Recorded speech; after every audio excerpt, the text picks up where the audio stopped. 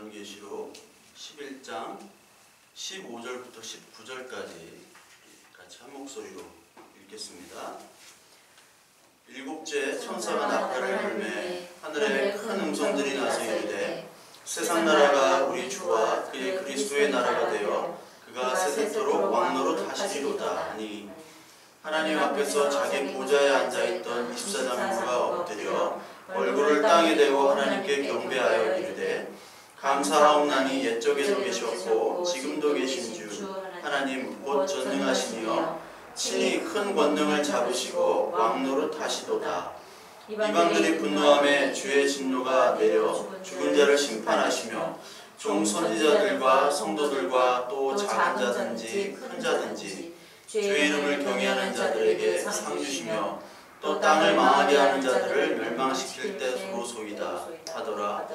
이에 하늘에 있던 하나님의 성전이 열리니 성전 안에 하나님의 언약궤가 보이며 또 번개와 음성들과 우레와 지진과 큰 우박이 있더라. 아멘. 지난 시간까지 이제 여섯째 천사로 말미암아 큰 재앙들이 일어나고 그 재앙들에게도 마지막에 영광을 돌리는 사람들이 있었다라고 오늘 여섯째 천사의 나팔 소리까지 들었습니다. 그 다음에 이제 일곱째 천사가 나팔을 부는 장면이 나오죠. 그런데 우리 15절부터 17절까지 쭉 보면 어디서 많이 들었던 그런 구절들이죠. 이게 요한계시록 4장에 그대로 나오죠. 요한계시록 4장에 보면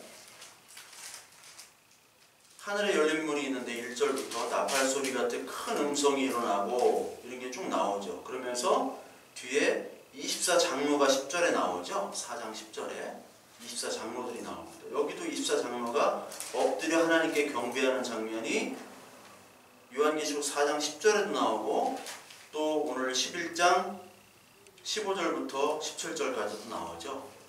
그리고 또 17절에 보시면 옛적에도 계셨고 지금도 계신 주 하나님, 이게 표현이 요한계시록 1장에도 나오잖아요. 그렇죠? 요한계시록 1장 옛적에도 계시고 전에도 계시고 1장 어디에 나오죠? 1장 4절에 나오죠. 이제도 계시고 전에도 계셨고 장차 오시리와 그의 보좌 앞에 있는 일곱 영과 이런 표현이 있죠. 그리고 요한계시록 오늘 11장의 이 15절부터 이 모습이 요한계시록 19장에 있는 것과 또 똑같이 나옵니다. 19장 요한계시록 19장 19장 1절부터 5절 한번 볼게요. 19장 1절부터 5절 우리 한번 같이 한번 읽어볼까요? 이 일 후에 내가 들으니 하늘에 커다란 무리로 큰 음성 같은 것이 있어 이르되 할렐루야 구원과 영광과 능력이 우리 하나님께 있도다. 그의 심판은 참되고 의로운지라 음행으로 땅을 더럽게 한 큰 음녀를 심판하사 자기 종들의 피를 그 음녀의 손에 갚으셨도다 하고 두 번째로 할렐루야 하니 그 연기가 세세토록 올라가더라. 또 24장로와 네 생물이 엎드려 보좌에 앉으신 하나님께 경배하여 이르되 아멘 할렐루야 하니 보좌에서 큰 음성이 나서 이르되 하나님의 종들 곧 그를 경외하는 너희들아 작은 자나 큰 자나 다 우리 하나님께 찬송하라 하더라. 이렇게 나오죠. 여기도 똑같죠. 그 오늘 읽은 11장 18절에 보니까 땅을 망하게 하는 자가 나오죠. 근데 오늘 읽은 19장에도 여기 보니까 땅을 더럽게 한 큰 음녀가 나오죠. 그리고 또 19장 우리 읽었던 5절에 보니까 작은 자나 큰 자나 다 우리 하나님께 찬송한다라는 표현이 나오는데 오늘 11장 그 18절에도 작은 자든지 큰 자든지 주의 이름을 경외하는 자들이라고 나오죠. 그러니까 주의 이름을 경외한다는 것은 곧 찬양하는 것이고 그리고 주의 이름을 사랑하는 자들, 두려워하면서 사랑하는 자들이 바로 하나님의 택한 자들의 모습을 이렇게 계속 그리고 있습니다. 그래서 요한계시록 4장에도 이 예배의 장면이 나오고 11장에도 나오고 19장에도 나오고 같은 모습의 장면들이 계속해서 반복돼서 등장을 한다는 것은 중요하다는 얘기고 그리고 이것이 바로 우리의 최후의 모습이자 승리라는 것이죠. 승리. 그래서 아까도 우리가 찬양할 때 주는 완전합니다라는 찬양을 했잖아요. 주는 완전합니다. 그러니까 우리가 흔히 승리라고 표현을 하잖아요. 승리가 뭐냐? 승리가 요즘 애들한테 물어보면 빅뱅의 승리라고 얘기를 대부분 할 거예요. 근데 이 승리라는 거를 여러분 하루도 승리하세요 이런 표현을 하는데 사실 그 표현이 뭔지도 모르고 쓰는 경우가 많습니다. 샬롬 그러고 뭔 놈인지 모르겠는데 승리, 오늘 하루도 승리하십시오. 그런데 이 승리라는 거는 아까도 여기 나왔지만 주는 완전하기 때문에 우리는 연약하고 죄인입니다만 하나님께서 우리를 나중에는 어떻게 변화시켜 주신다? 하나님의 영광된 자녀로 완전히 바꿔주신다. 그래서 온전한 자, 완전한 자로 바꿔주신다는 것이 바로 승리고요. 그것을 누가 하느냐? 하나님이 스스로 하신다는 거예요. 우리는 이 땅에 살아갈 동안은 늘 연약한 자로밖에 살 수가 없습니다. 그렇죠? 우리 수요예배가 없으면 오늘 없으면 그냥 퍼즐로 자고 저도 운동이나 하고 막 그럴 텐데요. 수요예배가 있으니까 주일 저녁 끝나면 이제 또 수요예배는 뭘 설교를 해야 되나 이렇게 해야 되고 또 어떻게 성도님들 또 어떻게 지내나 이런 생각을 할 수밖에 없는 것이 바로 하나님께서 마련하신 이제 장치 중에 하나인데 그럼에도 불구하고 우리가 연약한 모습이잖아요.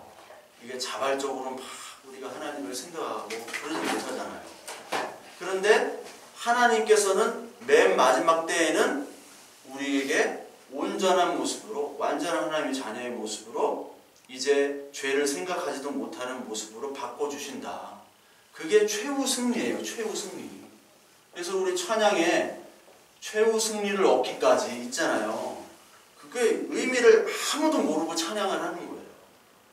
그 의미를 모르고 최후 승리가 뭔지 그냥 막 하라니까 하는 거예요. 그게 아니라 최후 승리라는 것은 7번째 나팔이 불린 후에 이제 6번째까지는 우리가 하나님의 나라가 온전하지 않았어요. 우리 안에서.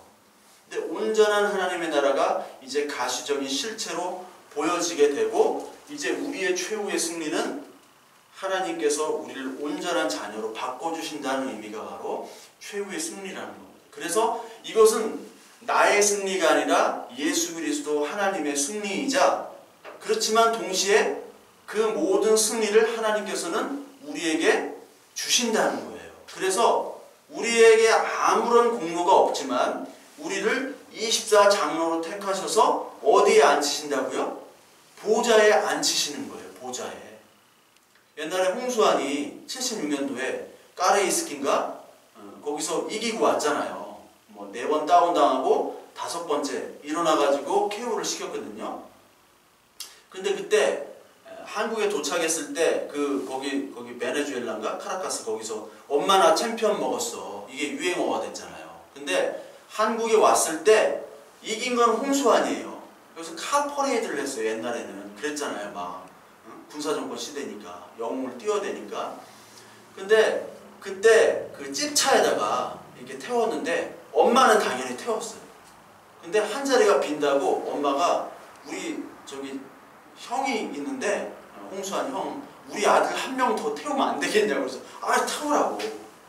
근데 아들은 한 거 없잖아요. 엄마도 한 거 없잖아요. 홍수환이 주인공인데 덩달아 이 2명 가족이란 이유로 그 사람들이 챔피언이 된 거예요. 그것처럼 우리가 한 일이 별로 없습니다. 그렇죠? 예수 그리스도께서 다 하시고 하나님께서 다 하셨는데도 불구하고 우리를 보좌 위에 앉히시는 거예요. 그게 최후의 승리가 하나님의 승리지만 우리의 승리가 아닌 것 같이 부끄러워하는 우리의 모습에도 하나님 예수 그리스도는 이게 내가 다 했지만 너의 승리기도 해 라고 해주시는 것이 은혜라는 거죠. 좀 이해가 되시죠? 그게 은혜입니다. 그래서 우리의 최후의 승리를 우리가 기다리는 거예요. 7번째 나팔로. 그래서 7번째 나팔이 불린 후에는 이제 세상 나라가 우리 주와 그리스도의 나라가 되어 그가 세세토록 왕노릇 하시리로다. 즉 예수 그리스도께서 이제 왕 노릇을 한다는 거죠. 우리도 왕 노릇을 한다는 겁니다. 그런데 그 전까지는 예수 그리스도가 왕 노릇이 안 된다는 거예요. 여섯 번째 나팔까지는. 그러니까 하나님의 나라가 왔다는 것은 하나님이 이 온 세상을 다스리는 것이고 또 우리를 다스리는 것이 하나님의 나라가 온 것인데, 실제적으로 하나님의 나라가 이 세상을 다 지배한다고 생각이 안 들잖아요. 하나님께서, 예수 그리스도께서 이 온 세상을 지배한다고 하면 이 세상이 좀 밝은 일로, 그리고 하나님을 섬기는 일로 좀 집중이 돼야 되는데, 이 세상의 모든 일들을 보세요. 사실 좋은 뉴스보다 안 좋은 뉴스가 더 많잖아요. 죽음, 그리고 살인, 그리고 여러 가지 어려운 일들, 범죄, 이런 것들이, 테러, 이런 것들이 너무나 많단 말이에요. 우리가 뭐 통일된다, 뭐 분위기가 있지만 사실 통일되면 좋죠. 그러나 그것도 하나님의 나라와는 분리를 해야 되는 겁니다. 그것도 사실 이 세상의 나라의 어떤 그림자만을 보여주는 거예요. 통일돼서 잘 먹고 잘 살고, 그것이 하나님의 나라를 추구하는 것이 아니거든요. 그래서 이 세상은 자꾸 이미지 싸움을 합니다.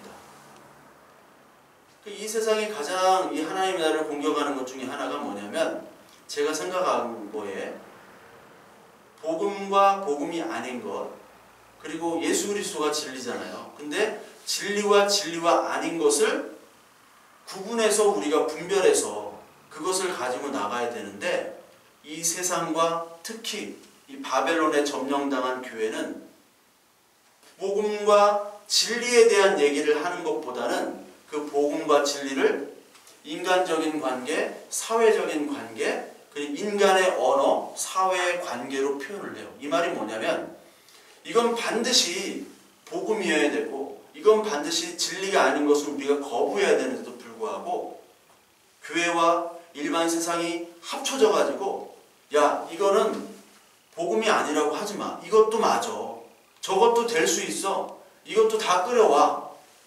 그래서 교회를 이것저것 섞어 가지고요, 복음도 아니고 복음이 아닌 것도 아니고 이상하게 만드는 거예요. 그런 거 여러분 많이 느끼시지 않습니까? 그런 걸로 얘기를 하면 이단이 되는 겁니다. 제가 이단이 되고요, 그 얘기한 사람이 이단이 되어버려요. 지금 교회가 그렇습니다. 저도 그런 것들을 많이 당했어요. 이거는 제가 특출나서 그런 게 아니라 뭐 튀어서 그런 게 아니에요. 모든 성도들은 그래야 됩니다. 그리고 특히 목회자들은, 성도들은 목회자에 대해서 잘못된 것들을 전하면 또 이렇게 얘기하기 힘들잖아요. 그렇기 때문에 목회자가 얘기를 해야 되는데 얘기하는 사람도 없습니다. 얘기하면 오히려 비난을 받아요. 누가 비난을 해요? 성도들이 비난합니다. 잘못된 목회자를 비난하면 그 교회 다니는 성도들이 비난해요. 왜요? 자기들이 놀이터가 더 중요하기 때문에. 자기들이 놀이터, 속칭 자칭 교회예요. 자칭. 4대 교회가 살았다고 하나 너희들은 죽은 자라고 얘기를 했습니다. 예수님이 그렇게 평가를 했어요. 자칭 교회예요. 자칭 선지자라는 말이 나옵니다. 자칭 선지자. 근데 이 선지자는 이세벨이라고 그랬어요. 이세벨. 자칭 선지자. 자칭 선지자의 놀이터가 교회고, 이게 사실 구약시대 그 바벨론 포로 때 망가지고, 사실 이게 신약시대 때 성전이에요. 성전. 성전은 제사장과 바리새인들, 많은 사람들의 놀이터였습니다. 근데 예수님이 오셨죠. 그래서 저는 드리고 싶은 말이 뭐냐면, 교회는요, 하나님이 주인이시죠. 그런데 여기에 자칭 선지자가 된 교회, 잘못된 교회, 물론 잘못된 교회에 하나님이 거하십니다. 잘못된 교회는 성전, 구약의 성전이 되어버렸어요. 그래서 예수님보다는 이 성전 안에 시스템이 존재합니다. 시스템. 위계 질서. 그리고 여기에 돈이 있습니다. 그리고 권력이 있죠. 그리고 재미가 있어요. 인간관계가 있습니다. 그렇죠? 그렇잖아요. 성전도 그렇고 교회도 그렇고. 근데 여기가 이게 다 있는 게 바로 성전이 놀이터입니다. 우리가 여기서 안식하고 쉬고 밥 먹고 놀고 하는 놀이터인데 놀이터에 예수님이 오셔서 놀이터를 무너뜨리는 거예요. 그러니까 가만히 있질 않겠죠. 우리가 예수 그리스도를 더 사랑해야 됩니까? 아니면 이 시스템, 조직이 되어 있는 교회를 사랑해야 됩니까? 예수님을 사랑해야죠. 말씀을 사랑해야죠. 그런데 이 말씀이 들어가면 이 시스템이 다 물러나고 이 성전이 이제 하나님의 자녀들의 모임이 되는 이 교회가 돼야 되는데 이 성전은 하나님의 자녀들이 모인 교회가 아니라 뭐예요? 그런 조직이 됐단 말이에요. 지금의 교회의 모습들을 보세요. 시스템, 맨파워, 머니파워, 거기에 인간관계가 다 얽혀 있습니다. 다 인정하시죠? 인간관계가. 그걸 하지 말라는 게 아니에요. 재정이 있어야 됩니다. 교회에 다 있어야 돼요. 그런데 뭐가 더 우선이어야 되냐? 예수님이 이렇게 하라고 하면 그렇게 해야 되는 게 우선이어야 되는데 이게 뒤바뀌어 버려요. 세상에 많은 그런 사상들, 문화, 풍류들이 이거를 계속해서 뒤바뀌게 하는데 여기에 목회자들이나 성도들이 동조를 해요. 동조를. 그럼 이재록 있죠? 이재록 빵에 간다고 뭐 구속된다고 그러잖아요. 근데 교회에서 그 회의를 하는데 뭐만은 안 된다. 이재록이 구속되는 것만은 막아야 된다. 라고 그 당회에서 결정을 했다고 해요.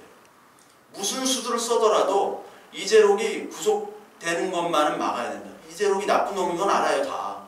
근데 이재록을 구속하는 순간 이 교회 시스템, 질서, 돈, 권력, 재미, 인간관계가 다 붕괴가 되기 때문에. 붕괴가 되기 때문에. 이재록만 그럽니까? 다른 교회도 마찬가지예요. 큰 교회 문제가 있으면 담임 목사가 무슨 문제가 있다, 아니면 장로가 문제가 있다 하면요, 그 사람이 잘못한 건 알아요.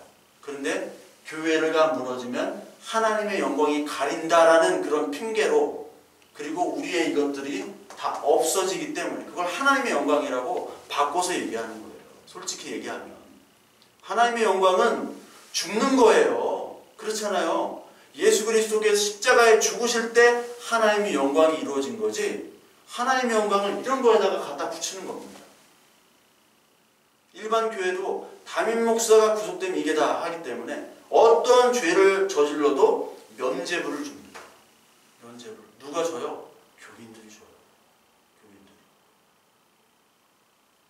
그러니까 목회자들이 호위무사가 얼마나 많은지. 호위무사가. 이러한 이 성전의 시스템, 이 시스템을 하나님께서는 7번째 천사, 그때 다 붕괴시켜 버리는 겁니다.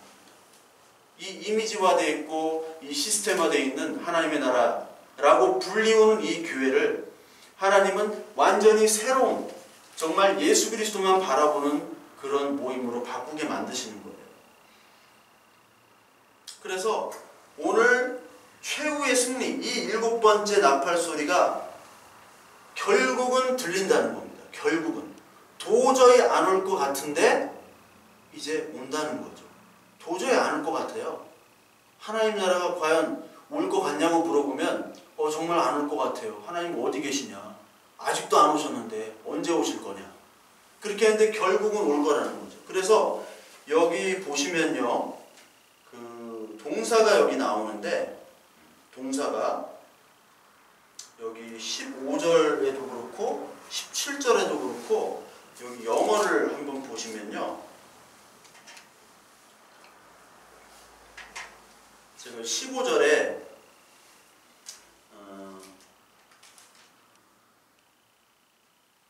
여기 보시면 그의 그리스도의 나라가 되어라는 표현이 있죠. 그의 그리스도의 나라가 되어. 우리나라는 이 완료, 현재 완료, 과거 완료 그런 게 없잖아요. 시제가 현재, 과거, 미래, 그리고 진행형 그런 거밖에 없는데, 여기 성경을 보면요, The kingdoms of this world have become The kingdom of our Lord and His Christ, He shall reign forever and ever. 이렇게 나오는데 여기 보니까 have become이라는 표시가 되어 있어요. 이게 그리스도의 나라가 된다, become, have become이에요. 그래서 이게 present perfect라고 하는 현재 완료인데, 현재 완료라는 건 여러분 다 들어보셨죠? 현재 완료는 과거에 있던 사건이 현재도 계속 지속된다는 거죠. 그러니까 하나님의 나라가 왔다라는 것은 이미 예수 그리스도께서 하나님의 나라가 왔다라고 선포를 하셨죠, 과거에. 근데 지금도 하나님의 나라가 지속되고 있고 앞으로도 올 것이고 이미 되어 있고, 그러니까 과거에도 있고 현재에도 있고 앞으로도 또 올 것이다, 그런 표현을 계속 하잖아요, 요한계시록이. 그리고 17절에 똑같은 표현이 또 있어요. Because you have taken your great power and reigned. 이런 표현이 있어요. 왜냐하면 당신이 뭐를 하느냐? Great power and reigned. 그러니까 그 큰 능력과 그 reigned는 통치하는 거거든요. 통치를 갖는다. 여기 보니까 친히 큰 권능을 잡으시고, 그리고 reigned는 이제 have reigned를 이제 have는 뺀 건데 reigned는 이제 통치하다. 여기 왕노릇하다라고 나왔습니다. 그 예전에도 그 권능이 있었고, 그리고 예전에도 왕노릇을 하셨는데 지금도 계속 이어지고 있다는 거죠. 여기서 신학적으로 보면 하나님 나라의 현재성과 미래성에 대해서 얘기하는 거예요. 현재성은 뭐냐면 이미 하나님의 나라가 왔지만 그 나라가 완성되어 가지고 우리가 완전한 하나님의 자녀가 되진 않았잖아요. 근데 앞으로 올 것이다라는 거죠. 과거에도 있었지만 앞으로 올 것이다. 그래서 하나님의 나라가 권능과 그 왕노릇하는 게 과거에도 있었지만 지금도 계속 이어지고 있고 앞으로도 완성이 된다라는 겁니다. 그거를 강조하기 위해서 현재 진행형을 영어로 썼고, 이 헬라어도 똑같이 완료형을 썼어요. 그러니까 앞으로의 그 하나님의 나라 다스림이 어떤 모습인지는 몰라요. 그렇죠? 어떤 권사님도 그러더라고요. 하나님의 나라 천국이 과연 있는가? 과연 있냐? 하나님의 나라가. 천국이 어떤 모습이냐? 모르겠다. 나도 모른다고 그랬어요. 그 권사님이 같이 살고 있어요, 나랑. 그 권사님이 같이 살고 있어요. 있냐? 나도 몰라. 나도 가봤어야지 알지. 근데 있다고 믿어야 돼. 그게 믿음이야. 어떤 모습인지는 몰라. 확실히 성경에 안 나왔어. 근데 사람들이 거짓말을 쳐가지고 빌딩으로, 뭐 금으로 진 빌딩이다, 뭐 몇 평이다, 뭐 보석이 있다, 이거는 믿지 마. 이건 아니야. 그거는 나도 안 믿어진다. 무슨 그런 빌딩이 어딨냐고. 근데 나중에 좀 알려줄게. 근데 나도 잘 몰라. 내가 어떻게 알아, 이거. 성경에 안 나온 건데. 그 모습이 안 나왔잖아요. 모습이. 그 보석과 금 이런 거는 예수 그리스도를 얘기한 거고 우리 교회를 얘기한 거기 때문에. 근데 결국은 온다는 것을 우리가 소망을 품고 믿어야 된다는 거죠. 믿어야 된다. 근데 이 세상은 못 믿게 계속해서 가리게 하는 거예요. 흐릿하게. 그 세상과 사회와 국가, 이게 다 조작과 거짓과 속임수, 음모술수로 가득한 겁니다. 뭐 드루킹이니 뭐 어쩌고 저쩌고 뭐 그런 게 있잖아요. 그게 하더니 갑자기 뭐 통일, 뭐 북핵 폐기 뭐 하더니 쑥 사라졌어요. 이미지를 덮고, 뉴스가 뉴스를 덮고, 사건이 사건을 덮고, 하나님의 나라가 잘못된 복음으로 막 덮어지는 거예요. 이 세상도. 요즘 하나님의 나라가 어디 있습니까? 뭐 이렇게 하나님 나라 뭐 소망합니다. 이렇게 하면 교회에서도 왕따 당하기 쉬워요. 안 그렇습니까? 솔직히 얘기하면. 그 모든 사건들을 이 악한 영들은 하나님의 나라를 덮기 위해서 사용을 해요. 하나님의 나라. 좌절하기도 하고 낭망하기도 하고 열등감에 빠지기도 하고. 채널 A 광고를 좀 하긴, 채널 A에 그 금요일날 뭐 하트 시그널인가 그런 거 있어요. 예, 남녀가 한 집에 살면서 이렇게 썸 타는 거. 예, 제가 보거든요. 썸 타는 거. 예, 썸 타는 거 보는데 거기 나온 남자 여자들이 어떻게나 다 잘났던지 그 웬만한 사람은 거기 못 들어가는 거예요. 거기 사는 주거지는 저기 강북 쪽인데 그 사람들 주소가 다 나와요. 주소가 뭐 서초동, 뭐 역삼동, 방배동, 압구정동. 그러니까 앞서방 있죠? 압구정동, 서초동, 방배동, 앞서방. 건축학개론에 나오잖아요. 앞서방 출신에다가 뭐 30살인데 뭐 한의원 원장이고 26인데 재경직 5급 국가고시 행정고시 되고 뭐 어떤 아가씨는 29인데 뉴욕에 샵이 있어. 뭐 뉴욕에서 맨날 왔다 갔다 해 비행기 타고 29살인데 샵이 있으면 이게 원래 돈이 많으니까 그렇게 되는 거죠. 뉴욕에 뭐 가게 하나 차리는 건요 월세가 몇 천만 원씩 나가는데요.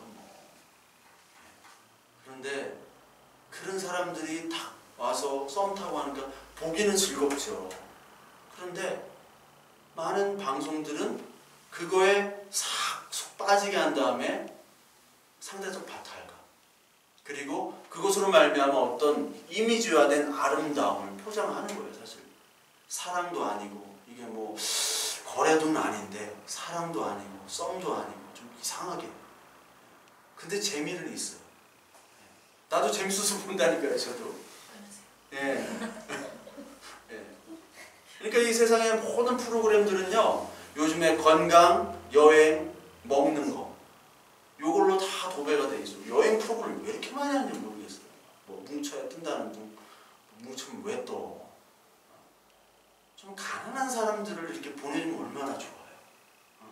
연예인들, 유명한 사람들 시청률을 높이기 위해서 정말 가난하고 힘들고 아파하는데 어디 한 번 여행 한 번 못 본 사람, 못 간 사람들한테 하면 얼마나 좋겠어요. 근데 세상은요 그런 사람들에게 자비가 없어요. 마찬가지로 하나님 나라만 소망하는 사람들에게 세상들은 자비가 없습니다. 우리들은 7번째 나팔만을 불리기를 기다리는 사람들이잖아요. 세상 사람들은 이런 사람들은 되게 무시한단 말이에요. 동시에 이 세상의 모든 이 유혹들은 하나님의 나라를 소망으로 살아가려고 하는 사람들에게 이 땅의 허망한 것들에 대한 욕망을 계속해서 주입시키려고 하는 겁니다. 그게 바로 이 사탄의 일들이에요. 그러나 하나님께서는 결국 7번째 천사의 나팔을 불게 하신다는 거죠. 불게 하십니다. 그래서 이 7번째 천사의 나팔이 불리는 이 하나님의 나라는 어떻게 임하냐? 갑자기 임하죠. 갑자기 임했는데 물론 하나님의 나라는 과거에 임했죠. 근데 갑자기 이제 확 커지는 걸로 나타나게 되어 있어요. 그게 바로 뭐냐면 예수님의 마태복음 13장에 씨 뿌리는 비유. 씨 뿌리는 비유 있죠? 13장 마태복음.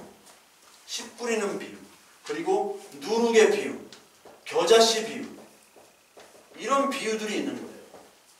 하나님의 나라가 왔는데 아무도 모릅니다. 근데 결국은 그 누룩과 그리고 겨자씨가 어떻게 변해요? 엄청나게 크게 변하죠. 엄청난 큰 영향력으로 이제 때가 차면은 실체가 드러나요. 겨자씨가 아무것도 주목 안 하다가 이게 나무가 되고 거기에 큰 그루터기가 돼가지고 새들이 앉아 쉼이 된다고 그랬죠. 예전에는 몰랐어요. 하나님의 나라가 뭔지. 근데 진짜 그 하나님의 나라가 그 주목하지 않았던 그 겨자씨가 하나님의 나라가 된다라는 거예요. 즉 우리가 지금 하나님의 나라가 어디 있냐 물어보면 저도 몰라요. 예수 그리스도께서 제자들이 막 물어봤잖아요. 하나님의 나라가 어디 있습니까? 하니까 하나님 나라는 네 안에 있다. 아니 이게 무슨 말이에요. 내 안에 지금 없다고요. 하나님의 나라가. 내가 지금 사는 꼴을 보면 예배 시간에 하나님의 나라가 있는 것 같고 정말 힘들고 어렵고 아무런 이 세상에 소망이 없는 것 같을 때 예수 그리스도 말씀을 듣고 예배하고 기도하고 찬송하면 그래 난 하나님의 자녀지 하는데 또 밖에 나가면 하나님 나라가 자녀인가? 이게 내가 미친 사람인가? 이게 내가 돌았나? 왜 이렇게 그냥 악이 바치고 왜 이렇게 그냥 사는 게 힘들고 그럴 때가 많잖아요. 자녀 보면 답답하고 아까 그랬잖아요. 제가 선배를 만났는데 소년원에 보내야겠다. 작년에도 소년원에 보낸다고 저랑 상담을 그렇게 했는데 이제 못 참겠다. 소년원에 보내야겠다. 자기에게 너무나 많은 폐륜을 저질러서 지금 자기가 어떻게 울분을 토해낼 수가 없다. 걔를 안 봤으면 좋겠다. 이게 부모 자식 간의 천륜인데 이제 안 봤으면 좋겠다 할 정도니 그런 아픔과 고통 속에서 하나님의 말씀을 붙잡는데도 불구하고 우리가 똑같은 그런 하소연이나 그리고 그런 슬픈 감정들이 있게 되잖아요. 그럴 때 내가 정말 하나님의 자녀 맞아? 이게 하나님의 나라가 있나? 근데 결국은 하나님의 나라가 탁 나타난다는 겁니다. 실제로. 하나님이 우리를 앞으로 변화시켜 주신다는 거예요. 완전하게. 그래서 낙심하지 말고 기도하라고 계속 얘기하시잖아요. 누가복음, 제가 사도행전 말씀 때도 그랬고 누가복음에서 낙심하지 말고 기도해야 될 이유를 누가복음 19장에서 계속 얘기했듯이 하나님의 나라가 보이지 않기 때문에 낙심하지 말고 기도하면 결국은 하나님께서 최후 승리를 주시겠다는 겁니다. 최후 승리. 그래서 이 최후 승리라는 것은 우리를 온전하게 변화시켜 주게 하시는 거고 우리가 이 세상에 살면서 안식이 없잖아요. 돈을 아무리 벌어도 안식이 없고 자식과 아무리 관계가 좋아도 영원한 안식이 없는데 영원한 안식의 단계로 들어가는 하나님의 섭리 그걸 바로 승리고 그게 바로 우리에게 안식을 주신다는 겁니다. 그래서 우리의 죄와 우리의 육신의 체질 그리고 인간의 죄, 인간의 문명이 가져온 모든 것들을 이제 불에 태우고 그리고 새로운 것들로 만든 새로운 피조물로 우리를 바꾸게 하시는 것이 바로 하나님의 승리, 최후의 승리라는 겁니다. 그래서 우리 베드로후서 3장 9절을 한번 보겠습니다. 베드로후서 3장 9절을 보면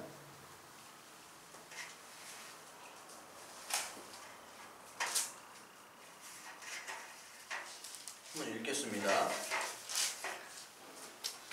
주의 약속은 어떤 이들이 더디다고 생각하는 것 같이 더딘 것이 아니라 오직 주께서는 너희를 대하여 오래 참으사 아무도 멸망하지 아니하고 다 회개하기를 이르기를 원하시느니라.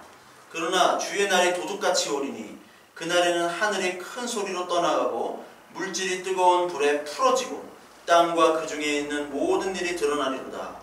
이 모든 것이 이렇게 풀어지리니 너희가 어떠한 사람이 되어야 마땅하냐. 거룩한 행실과 경건함으로 하나님의 날이 임하기를 바라보고 간절히 사모하라. 그날에 하늘이 불에 타서 풀어지고 물질이 뜨거운 불에 녹아지려니와 우리는 그의 약속대로 의가 있는 곳인 새하늘과 새 땅을 바라보도다. 이게 오늘 얘기하는 거예요. 7번째 나팔이 되면 불이 말미암아 우리들에게 있는 모든 죄악과 인간의 세속적인 하나님과 관계없는 모든 문명들을 다 태워버리신다는 겁니다. 그게 어떻게 되는 건지는 구체적으로 성경에 나와 있지는 않아요. 그러나 우리가 바벨탑을 쌓았던 것처럼 그렇죠? 바벨탑이 쌓아졌잖아요. 하나님과 관계없이 우리 멋대로 한번 해보자. 우리 이름을 내자 해서 했는데 그때 하나님께서 언어를 흩어버리시죠. 언어를 흩어서 완전 소통이 안 되고자 하게 만들어버리는데 그 소통이 언제 됩니까? 오순절 성령 강림 때 이제 소통이 되는 거예요. 그게 구원의 시작입니다. 이제 그것처럼 하나님께서는 이제 완전한 구원의 완성이 될 때는 뜨거운 불로 말미암아 우리의 모든 죄악된 것들을 없애신다는 거예요. 그러면 너희들은 어떤 사람이 되어야 되느냐? 온전한 사람이 될 건데 온전한 사람이 앞으로 될 건데 이제 이 땅에 그 하나님의 언약의 약속을 믿고 따르면 온전한 사람이 될 걸로 믿고 따르면 이 땅에서 거룩한 행실과 경건함으로 그 날을 간절히 사모하며 살아라. 그걸 베드로가 얘기하고 있는 겁니다. 베드로가. 그래서 하나님의 영광과 이 최고의 승리는 다 하나님께서 우리를 온전하게 변화시킨다는 것을 보게 된다는 거예요. 이제 실체, 하나님의 나라의 실체를 우리의 눈으로 똑똑하게 보게 된다는 겁니다. 그렇기 때문에 세상 사람들이 우리를 조롱하는 거죠. 노아가 120년간 방주를 만들었는데 120년 동안 조롱을 당했다가 비가 와서 홍수가 되자 그때 이제 방주의 실체가 드러나죠. 세상 사람들이 아, 노아가 옳았구나. 하나님이 계시구나. 정말 이 재앙 속에서 구원의 방주는 노아가 만든 그 방주가 맞고 하나님이 명령한 거 맞구나. 그때 실체가 드러나는 거지. 120년 동안에는요, 증거하는 자, 하나님의 말씀을 증거하는 자는 늘 어떻다고요? 조롱과 멸시를 받을 수밖에 없습니다. 그래서 그 전에 우리 11장에 이 두 선지자가 어떻게 했어요? 두 선지자가 저걸 먹었잖아요. 두루마리를 먹었죠? 두루마리를 먹고 입에는 달지만 배에는 쓰다는 게 나오잖아요. 입에는 달지만 배에는 쓴 두루마리를 먹고 뭐를 합니까? 두 증인이 되어서 예언을 하는 거예요. 예언을 막 하면 할수록 세상은 어떻게 돼요? 이 사람들을 더 조롱하고 멸시하고. 우리는 조롱과 멸시에서 그치지만 이 당시 로마 시대 때는 순교였단 말이에요. 사형당하고 돌에 맞아 죽고 유대인에게도 맞아 죽고 로마에게도 맞아 죽고 이방인에게도 맞아 죽고 어딜 가나 맞아 죽고 직업 잃어버리고 파혼당하고 다 그런 사람들의 모습이었다는 겁니다. 그런데 그런 사람들의 모습에서 이제 7번째 나팔이 분명히 불어진다는 거죠. 이제 하나님의 실체가 왕으로 오신다는 겁니다. 짐승에 의해서 이렇게 짓밟힐 때 로마 시대 때 도미티안 이후에 팍스 로마나가 있었다고 그랬잖아요. 도미티안이 AD 96년에 죽거든요. 그 다음에 네르바부터 시작하는 네르바, 그리고 맨 마지막에 마르쿠스 아우렐리우스, 그러니까 96년부터 180년간, 180년 AD, 요 거의 90년간을 로마의 최전성기로 얘기를 합니다. 근데 로마의 최전성기지만 그때 기독교가 박해를 당했던 때예요. 그 세상은 최전성기, 세상은 평화와 안전과 문화 발전, 개발, 평화 이런 걸 얘기하지만 우리 기독교인들, 하나님의 말씀을 증거한 이 두 증인들에게는 짓밟히는 그런 때예요. 1260일을 증거하라고 했잖아요. 그리고 이 세상 사람들이 다 뭐라고 그랬습니까? 땅에 사는 자들을 교회가 괴롭게 하니까 그들의 죽음을 즐거워한다고 그랬잖아요. 그러니까 사람들을 콜로세움에 모아놓고 죽이고 그것들을 보면서 쾌락을 느끼고 기뻐하며 즐거워했다고 그랬잖아요. 그게 그대로 실천이 되는 겁니다. 그러니까 우리가 증인으로 살 때마다 어리석다, 따돌림 당하고 조롱받는데 그때 진짜 하나님의 나라가 오신다는 거예요. 그러니까 그때의 기쁨이 얼마나 크겠습니까? 그때 진짜 기뻐하는 사람만이 증인의 삶을 사는 거예요. 그렇잖아요. 증인의 삶을. 나는 죄가 없어. 나는 무죄야.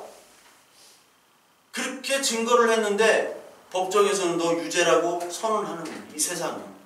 근데 나중에 이 사람이 죄가 없는 사람이고 진범이 잡힌 거예요. 모든 사람들이 다 안 믿었어요. 저 사람은 거짓말쟁이고 저 사람이 진범인데 진범이 아니라고 거짓말한다 얘기했는데 아, 저 사람이 말이 진짜였구나. 그때 얼마나 좋겠어요. 물론 억울함도 있지만 진짜 자기가 죄인이 아니었다는 것을 온 세상이 이제 알게 되잖아요.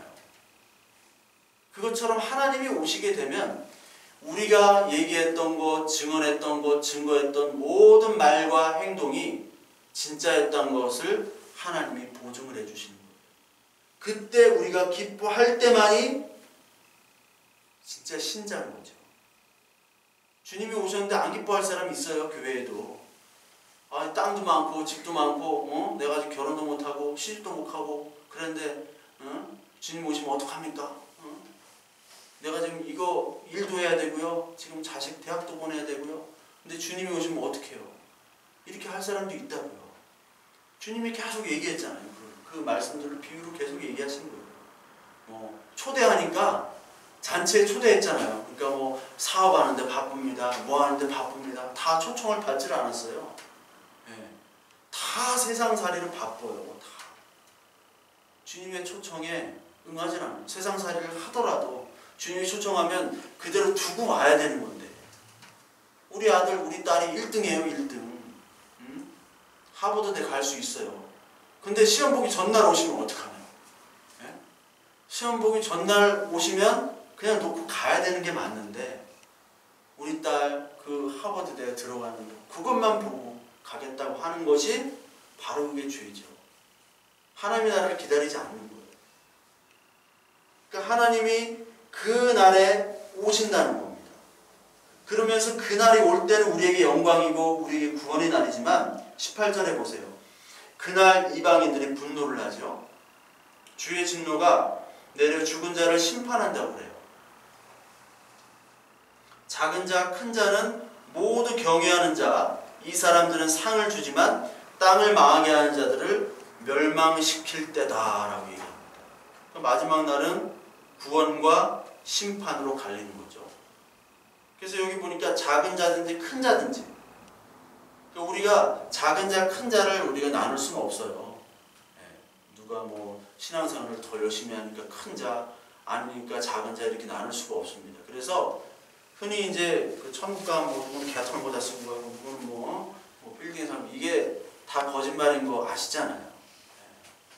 천국 상급론을 아직도 주장하는 그런 선생님들도 있고 교수도 있고 목사도 있어요. 그런데 천국에 무슨 상급이 있어요? 상급이. 천국에 상급이 있으면 그게 천국입니까? 어떤 사람은 1등상, 어떤 사람은 꼴등상. 꼴등은 상이 없죠. 그럼 무슨 그게 천국이겠어요? 예? 상급 뭐 더 얘기 안 해도 되죠? 상급은 있을 수가 없어요. 근데 아직도 그냥 부흥사들이 상급 얘기하면서 부끄럽게 부끄러운 구원 받을 거냐, 개털 모자 쓰고 갈 거냐, 죽기 전에 그 주머니에 쌈짓돈 다 주님께 바쳐라. 그렇게 오늘도 얘기를 하고 있어요. 그럼 또 할머니 할아버지들이 또 내요. 내요. 아이고 얼마 죽을 날 얼마 안 남았는데 그래도 하나님한테 무슨 일을 하고 가야지 하고서 냅니다. 아직도 상급에 빠져있는 사람들이 너무 많아요. 상급 장사죠. 장사. 작은 자나 큰 자나 작은 자 큰 자는 그 구분할 수가 없어요. 모든 주의 이름을 경외하는 자에게만 상을 주시는 거예요. 경외하는 자. 여기서 경외하는 자는 포베오라고 여기서 포비아가 나왔습니다. 공포. 영어 단어 포비아. 공포. 그러니까 이 공포라는 게 어떤 공포냐면 그 사람을 너무 아끼고 사랑해서 나오는 경외심이에요. 경외심. 사랑하고 아껴서 나오는 경외심, 두려움.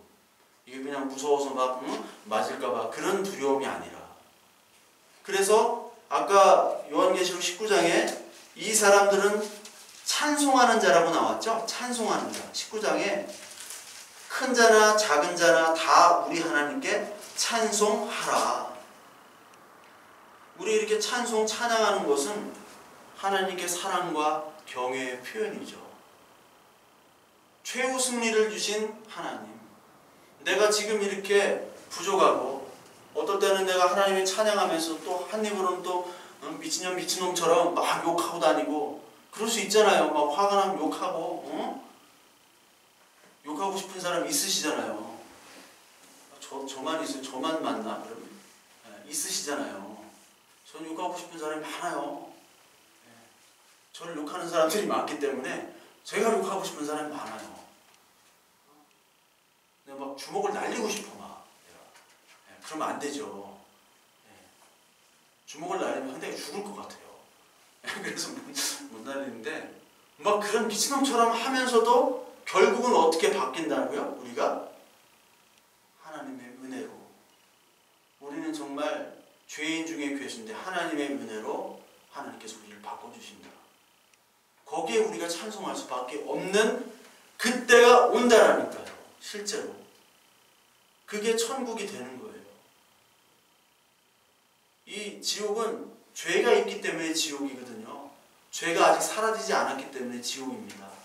그래서 너는 크다, 나는 크다, 너는 작다. 계속 상급을 얘기하는 게 지옥이에요. 근데 천국은 내가 죄인이자 하나님의 자녀가 됐기 때문에, 모두 다 하나님의 자녀고 내가 괴수인 걸 아는 사람이기 때문에 이 최후의 승리가 얼마나 큰 은혜인지를 아는 사람, 거기로 말미암아 예수 그리스도께서 그 십자가의 죽으심으로 말미암아 그 비참함과 그 속에서 그 사랑으로 나오는 경외감, 정말 나를 위해서 십자가에 죽으셨구나, 아 정말 두렵구나, 내가 이런 자였는데 나를 위해서 죽으셨는데 저렇게 처참하게 죽으신 그 장면을 보면서 한편으로 우리가 경외감이 생길 수밖에 없는 겁니다.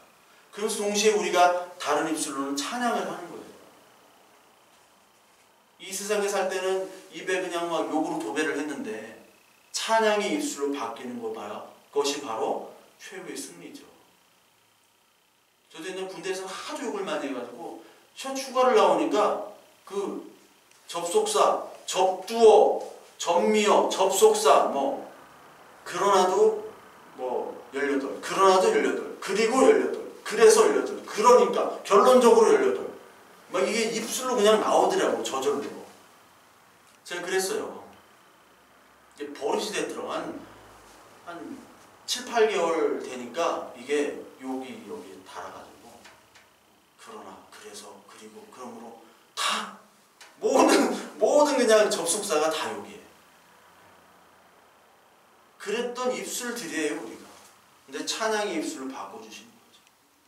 그때 이 땅을 망하게 하는 자, 여기서 말하는 땅은 하나님이 지정해 주신 그 땅, 하나님이 이 산지를 내게 주소서 하면서 갈렙이 막 갔잖아요.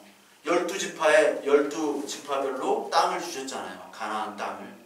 그 하나님의 거룩한 땅입니다. 그 땅을 많은 사람들이 이제 침범을 하는 거죠. 그 땅을.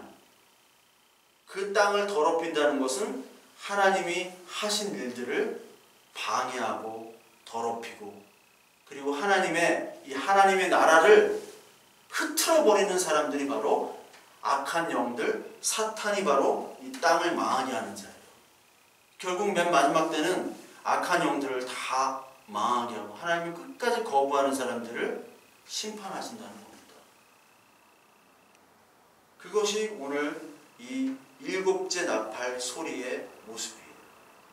그리고 19절에 하늘에 있는 하나님의 성전이 열리니 성전 안에 하나님의 언약궤와 번개, 음성, 우레와 지진과 큰 우박이 있더라. 이건 하나님의 임재, 예수 그리스도의 임재 때 항상 이런 표현이 나오는데, 특히 하나님의 언약궤, 이게 출애굽 때 하나님의 언약궤가 출애굽 때 있으면서 동시에 모세가 십계명 받으러 갔을 때 여기에 번개, 음성, 우레 이런 표현들이 많이 나와요. 하나님의 임재 때 하나님이 어떤 말씀을 전해주시거나 하나님이 이렇게 내려오시거나 하나님이 임재할 때는 꼭 음성, 우레, 지진, 큰 우박, 번개 이런 표현을 계속 하는 겁니다. 그래서 하나님의 언약궤가 보인다는 것은 결국 하나님의 약속이 이제 온전하게 다 실행이 됐다, 다 이루었다, 예수 그리스도께서 죽으실 때 다 이루었다 한 말이 나의 죽음으로 말미암아 이제 내 할 일들을 다 끝내고 너에게 하나님의 나라가 이제 임했고 그 하나님의 나라 씨가 이제 너에게 일할 것이고 이제 사도행전으로 가서 성령으로 말미암아 계속 지속돼서 나의 일들, 내가 한 말들을 생각하여 너희들이 나의 두 증인, 증거인으로 1260일간 계속 말을 할 것이며 그 증거가 끝난 후, 핍박을 받은 증거가 끝난 후에는 이제 내가 7번째 나팔 소리에 내가 다시 오겠다 하는 그 약속들이 과거, 구약, 창세기부터 이루어진 온 언약들을 내가 약속을 지키겠다 라고 하시면 언약궤를 보여주시는 겁니다. 저와 여러분들에게 소망이, 딴 소망이 있을 수가 없어요. 저도 뭐 사람들이 떠나고 뭐 이런 게 소망, 사람들이 오고 떠나고에 어떤 소망을 갖거나 아니면 막 좌절하거나 이러면 벌써 하나님의 나라를 기다리는 사람이 아니겠죠. 물론 인간적인 섭섭함이 있겠죠. 아쉬움도 있겠죠. 어떤 분은 자녀를 잃어버려서 자녀가 먼저 하늘나라 가서 오늘도 절망과 아픔 속에서 기도하는 분들이 있습니다. 너무너무 많죠. 주위에. 자식이 먼저 떠났다는 것은 정말 이건 살 수 없는 그런 고통이 있어요. 그리고 어떤 애들은 부모의 학대로 말미암아 오늘도 학교도 못 가고 어떤 시설에 있는 아이들도 있어요. 제가 지금 그런 아이들의 그 소식들을 많이 듣는데 그런 아이들도 있고 정말 설명할 수 없는 그런 비참함 속에서 있는 사람들도 있습니다. 근데 그런 아픔 속에서도 우리가 단 하나, 우리도 물론 그런 아픔들이 있을 수 있는데 단 하나 잃어버리지 말아야 될 것은 7번째 나팔 소리가 분명히 우리에게 들린다. 이거를 고백하는 사람들이 여러분 그렇게 많지 않아요. 정말 교회에서 많지 않습니다. 아무리 물어봐도 7번째 소망이 있습니까? 승리 뭔지 아세요? 몰라. 그냥 승리가 승리지. 그냥 하루 잘 살라는 거 아니야. 긍정적으로 좀 할 수 있다. 그거 아니야 승리가? 승리하세요 그러잖아요. 오늘도 승리하세요. 뭘 승리를 하라는 거예요? 최후 승리를 얘기하면서 오늘 하루 그 승리를 살아가는 것인데 교회도 그 승리가 아닌 다른 세상의 승리를 끄집어다가 승리하라고 선포하는 이 현실에 제가 막 분노하고 막 욕하면요 목사가 말이야 그런 쌍스러운 욕을 했다. 그런 세상이에요. 다른 복음이 아닌 다른 것들을 얘기하면서 점잖게 얘기하고 인격적으로 얘기하고 남들을 잘 도와주고 밥 먹을 때도 막 조심스럽게 먹고 그런 걸 사람들이 목사답다라고 얘기하지. 복음을 전하면서 막 쌍스럽게 막 예수님처럼 막 성전을 뒤엎고 막 바울이 막 이 개만도 못한 바울이 개새끼라고 많이 욕을 했어요. 이 성경에 개 표현이 많이 나오죠. 개 그게 말만 안 했지 그 새끼가 붙어요 뒤에. 그런데 사람들은 그런 걸로만 보는 거예요. 사람은 목회자도 교회의 모습이 완전히 뒤틀려졌어요. 교회는 이래야 되는데 이게 교회인 줄 알아요.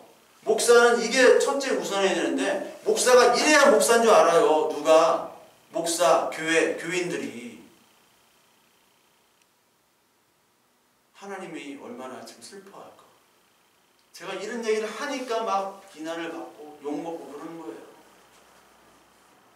네가 목회에서 작은 교회하고 그러니까 한풀이를 여기다 한다. 큰 교회나 이런 거 비판을 한풀이를 네가 하는구나. 꼭 못난 놈들, 성공 못한 놈들이 꼭 그렇게 비판한다. 그런 소리를 들어요. 나는 그게 아닌데. 나는 그게 절대 아닌데. 그게 바로 세상의 조롱입니다.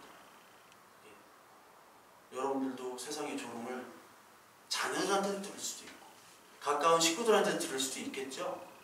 하나님 나라가 있어. 7번째 나팔이 불러. 나팔이 어딨어? 나팔이 무슨 나팔? 근데 7번째 나팔이 분명히 온다는 거. 그리고 하나님이 최후의 승리를 우리에게 주신다는 거. 이 믿음을 오늘도 잊지 말고 저는 이 소망만을 가지고 여러분들이 저가 이 소망을 가지고 나가는 저와 여러분들